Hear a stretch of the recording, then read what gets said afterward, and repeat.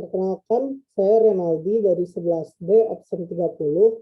Pada kesempatan kali ini, saya ingin mempresentasikan tentang konflik kekerasan dan perdamaian.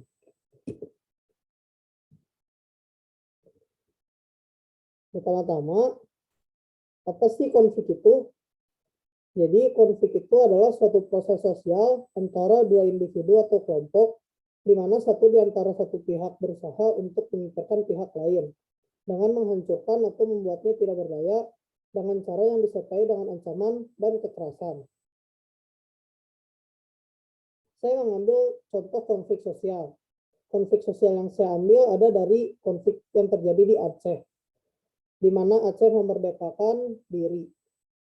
Poin-poin penting yang saya dapat dari artikel yang saya baca adalah yang pertama ada pengorbanan rakyat Aceh yang tidak dihargai oleh masyarakat Indonesia. Dan yang kedua ada kekecewaan rakyat Aceh karena sumber daya alam yang berada di Aceh disumbangkan ke pemerintah, tetapi rakyat Aceh tetap miskin.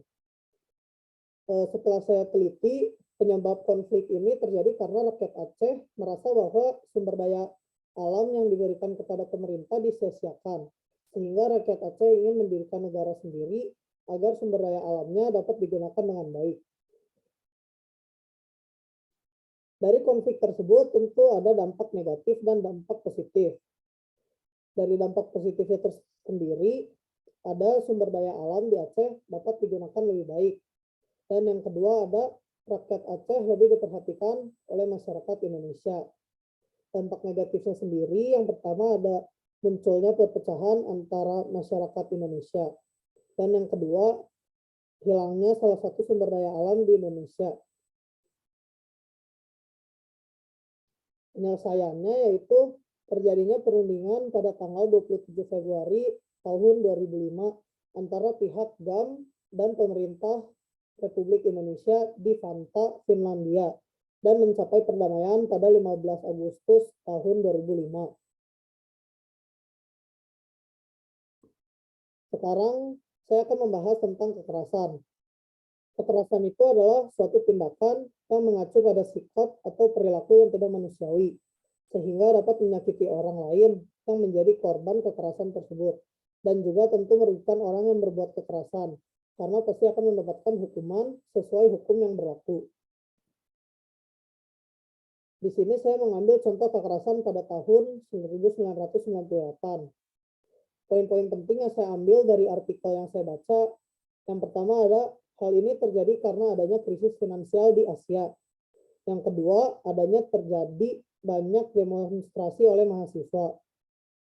Penyebab kekerasan tahun 1998 ini yaitu terjadinya krisis finansial Asia pada tahun 1997. Hal ini semakin memanas karena adanya 4 mahasiswa Universitas Trisakti tewas ditembak aparat di dalam kampus pada tanggal 12 Mei 1998. Kekerasan juga pasti ada dampak positif dan dampak negatifnya. Dari dampak positifnya yaitu dari kasus yang saya ambil, pergantian presiden yang sudah menjabat selama 32 tahun. Dan dampak positif yang kedua yaitu isu rasisme perlahan-lahan mulai pudar. Dampak negatif dari kasus yang saya ambil, yang pertama ada banyak korban berjatuhan, dan yang kedua ada rusaknya fasilitas umum. Penyelesaian konflik 1998 yaitu dengan diturunkannya Soeharto dari jabatan presidennya dan naiknya B.J. Habibie menjadi presiden ketiga. Berikut adalah quotes yang saya ambil dari Albert Einstein, yaitu perdamaian tidak dapat dijaga dengan kekerasan. Hal itu hanya dapat diraih dengan pengertian. Sekian presentasi dari saya. Terima kasih.